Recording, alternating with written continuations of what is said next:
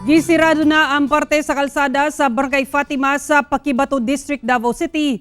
Human na hugmak na gayud kini. Matod pa, kini human na kankan ang yuta tungod sa kusog nga ulan sa milabayng semana. Ani report ni Kent Abrigana.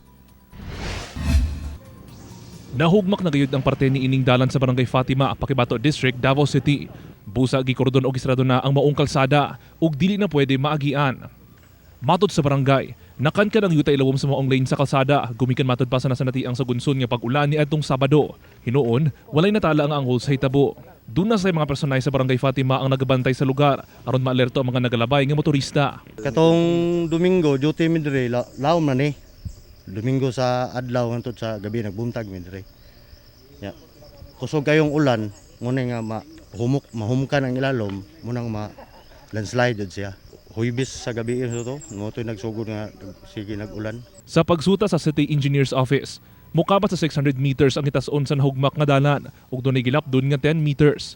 Sa karon, ana sa 20 meters ang gilawmon sa nakankan nga yuta.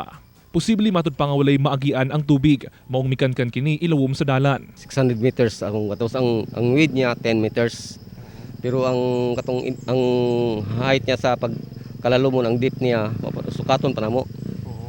Anong buhatan na mo ni estimate ihatag na mo dito sa kuan buhatan na mo report na. Apan matod sa Department of Public Works and Highway, tensile cracks gikan sa mountain slope ang hinungdan sa paghahugmak sa dalan.